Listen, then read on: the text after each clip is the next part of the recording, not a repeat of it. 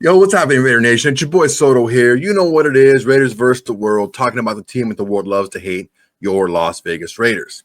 Okay, so draft season is still here, right? Like a lot of these people, a lot of the content creators are making a lot of draft stuff, but I want to take a look back at the draftees that we did last season to see how close these scouts were to what these players were going to be like in the NFL, and maybe we get some diamonds in the rough going forward. Now, I think it's a healthy exercise to do because we're all reading a lot of information, okay? And people love to talk about when they're right. They boast, they pound their chest and everything. Whatever, I was right. But they don't say anything when they were wrong.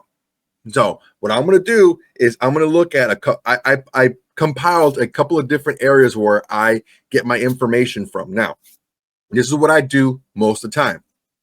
I read some of these scouting reports on these players to get an idea of what I'm looking for. So I have a full-time job and, I help run the gym, the Muay Thai gym, so I don't have a ton of time to do a lot of research and watch a ton of tape. I would love to just sit back and be able to watch tape all day and get paid for it, but I'm not a scout. So I look at some of these scouting reports and then I look at the tape to see how the scouting report matches up to the tape that I'm looking at. It's a useful exercise because it cuts down on a lot of fluff and it really lets me zone in on what people are seeing and if I agree or disagree. Most of the time I agree. Sometimes we do have some discrepancies, but I pieced together some information from my own scouting reports and other things that I've read to see how close all this was to what these players were in 2024 after we drafted them last year's draft. So that's what we're going to do today, all right? But before we do, I want to make sure everyone please like, comment, and subscribe to this video. It's a great way to support the channel. It's absolutely free to do, and it's the bare minimum you can do to support this channel besides doing absolutely nothing and just watching the video, which I do appreciate. Okay, let's get started. All right, first pick is Brock Bowers, tight end out of Georgia, number 13 overall. Dude was a stud. Everything that we had hoped for. I don't know that we could even imagine that we would have get a player of Brock Bowers' caliber at number 13. I know we were really wanting a quarterback, but if we weren't going to get a quarterback, we would definitely want to have the best player available. Brock Bowers was, rated as, 5 to 7 player overall in the entire draft. It was a really big win for us. So let's see what the scouts had to say about Brock Bowers. His strengths: special athlete for his size, opens his stride and reaches his top speed in a blink, sets up routes with stems, head nods, and sharp footwork, which allows him to accelerate in and out of his breaks. Above average ball skills, catching the ball well outside his frame. Coordinated body control helps him cleanly adjust and high point the ball midair. Dangerous after the catch because of his speed and competitive chops to keep his feet through contact. Diverse route runner and can be flexed across the formation. Defenses gravitate towards him, creating decoy situations to open windows for other targets. Has the speed to execute jet sweeps. Physical positional blocker to reach, seal, and keep his man occupied. Can be a lead blocker and clear the way. Rare maturity and smarts for a 21-year-old. NFL scouts rave about his competitive mentality and the way he despises losing and rises in big moments. Warrior toughness, and his teammates called him Superman after he missed only 2 games following a tightrope ankle procedure. Normally a 4 to 6 week injury. Agents called him and told him to sit out the season after his injury. Those people will not be representing him. I promise you that, because all it has done is piss him off. That's what Georgia said. So as far as the strengths, it's pretty much spot on. There's one thing here. They said he had above average ball skills. I think his ball skills are top notch. I think we can say that he has elite ball skills. He catches the ball, cleanly. I remember having him having 1 drop entire season after all the targets and all the catches. And most of his work is being done over the middle where he's going to get hit. I think he's everything and more. He's everything as advertised and more. I think the strengths are definitely spot on. Let's take a look at some of the weaknesses. Doesn't have the desired tight end size for inline work. Offers some growth potential, but will likely be under 245 pounds for his NFL career. Doesn't have ideal length or overwhelming power to easily uncoil versus NFL defensive ends as an attached blocker. Rangy move blocker, but can do a better job breaking down in space. I think that the concerns were founded because of his size. What they didn't realize is the heart and his ability to work. I think that Brock Bowers was a perfectly fine as a blocker. I don't think he was a detriment at all. We did see him a couple of times in the fullback position clearing the way. For him not being over 245 pounds, I think that's good for him because I think we need to keep him as a versatile weapon across the formation. So I think that what these weaknesses didn't account for is Brock Bowers' competitive nature and his ability to be a hard worker and to just have a really high football IQ. I think he got much better in blocking as the season went on, and having to block, Maxx Crosby and all those guys, it's going to make you a better blocker. Okay, in the summary, a 3-year starter at Georgia, Bowers was featured weapon in offensive coordinator Mike Bobo's scheme, lining up across the formation with his career snap spread between the slot, 52%, inline, 36%, and wide, 9.5%. Overall, Bowers is an explosive pass catcher who creates mismatches all over the field with speed, ball skills, and competitive edge. He has NFL star potential in the mold of a George Kittle if he lands with a play caller prepared to feature his unique and versatile talent. I think that's spot on. I think that we're very fortunate to get a Brock Bowers. I think that's one of the better things that Tom Telesco did. Pretty decent consolation price to not getting a quarterback because Brock Bowers is going to be a guy that we can count on for years to come. All right, up next, second round pick, Jackson Powers Johnson, number 44 overall. We actually traded up for him, which, it was cool because we needed him. And he ended up being a really good player, although he was a little bit nicked up in training camp into the beginning part of the season. He came in a little bit later and played pretty well. He played one of our more effective interior offensive linemen. Let's take a look back at what scouts were saying about Jackson Powers Johnson before last year's draft.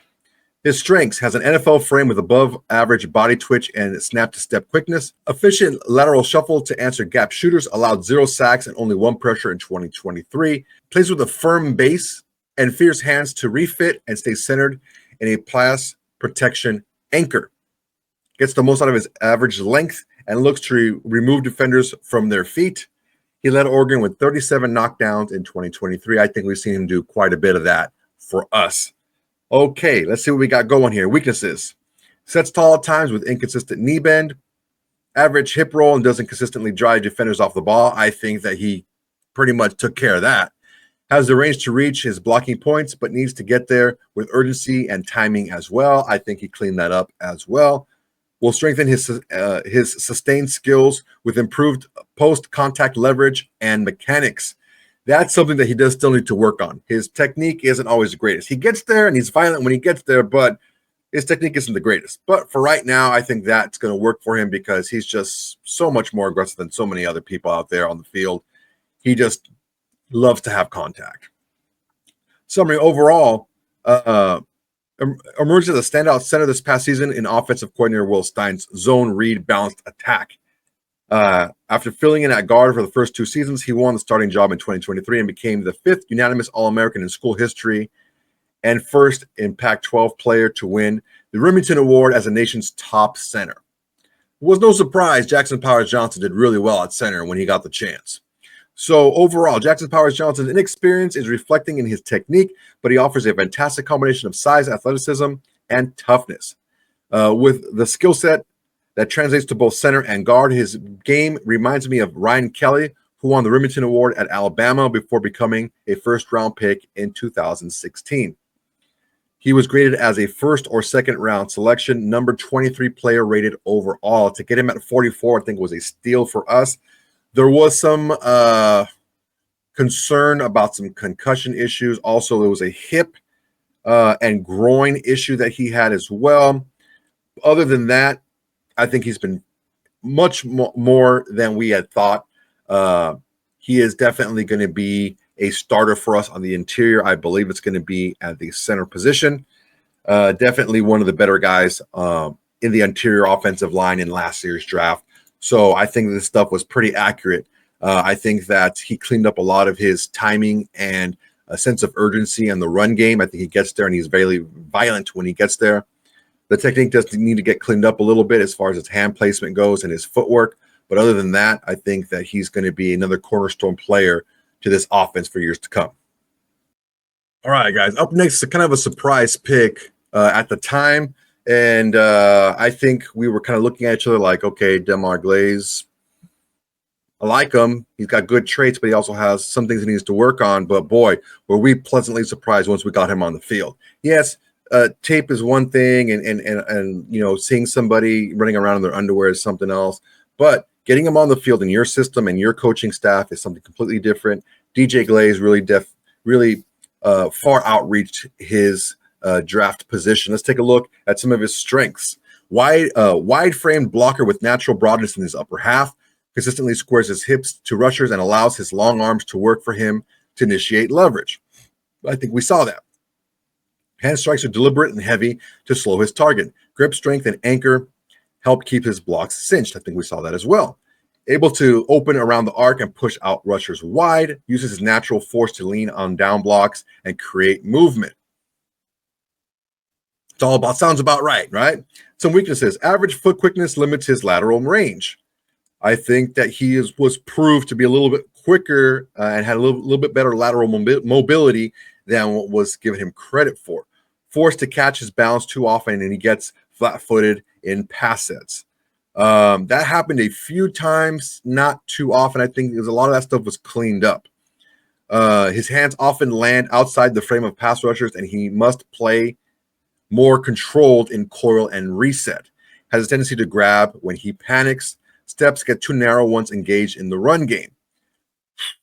I didn't see that, I'll be honest with you, but I do think he can't. Everyone can help work on their footwork when engaged as a blocker, because you're doing so much. You're engaging your core. You're trying to move a guy with all your upper body and also drive with your lower body. Of course, we can always clean up some technique as far as that goes. As far as the summary goes, overall, Glaze's over-aggressive tendencies and lack of explosive traits show on an island. But with his size, strength, and smooth movement, a move to guard could be what is best for his NFL future. With continued development, he could compete for starting snaps. Well, he became the starter on day one, and man, that just goes to show you with at little over 6'4", about 315, 320 with almost 35-inch arms. The dude is massive, dude. So the thing that we're looking at here is, yes, he's quick, but he's not explosive. And as a right tackle, it's not absolutely necessary for that. If he does get kicked in the guard, for example, let's say, you know, in this upcoming draft, the Raiders go for a tackle up early, and it causes Glaze to go and get moved inside. I think he's going to be just as good inside as he was out as tackle. I think a lot of this stuff was pretty spot on. So we're seeing a lot of this stuff with that the scouts are saying are coming out to be true. The one thing is, I think DJ Glaze was extremely underrated as far as his size, movement ability goes. I think he's a lot more mobile and a lot more nimble than given credit for. All right, guys, that's it for the first 3 rounds of last year's draft. I think that we got 3 long-term starters out of these first 3 picks. I think it's absolutely essential for us to hit on this again this coming season. I think the scouts were pretty spot on as far as the strengths and opportunities of these players, but I really do think that DJ Glaze was far underrated. His size to movement skills, especially laterally, were not taken into account. I think everyone worked really hard and even got better than what they were scouted to be as players coming into the draft. So great job last season by Tom Telesco as far as these 3 picks go. All 3 are solid starters for the near and far future. I want to make sure that we all take a look at this, because look, your first 3 rounds, I always say this, the first 2 days should be starters. They should start on your team unless they're a developmental quarterback. Other than that, you're drafting the guy with premium pick 1, 2, or 3. Those guys should start on your team. And these guys all started and are going to be big contributors moving forward. All right, guys, that's my time for today. Hope you liked the video. The look back on the top 3 picks from last season's draft, what the scouts said, how that translate to how they played for us last season, and hopefully moving forward, getting even bigger and better. Go ahead and please, everyone, like, comment, and subscribe to this video. It's a great way to support the channel. It's absolutely free, and it's the bare minimum you can do to help support besides doing absolutely nothing and just watching the video, which I do appreciate. All right, guys, that's my time. Until next time, everybody. Peace. Hey, Raider Nation. Thanks for watching. There's plenty more where that came from. Go ahead and smash that like button. Drop a comment. Make sure to subscribe and share to all your socials. It's the bare minimum you can do without doing absolutely nothing.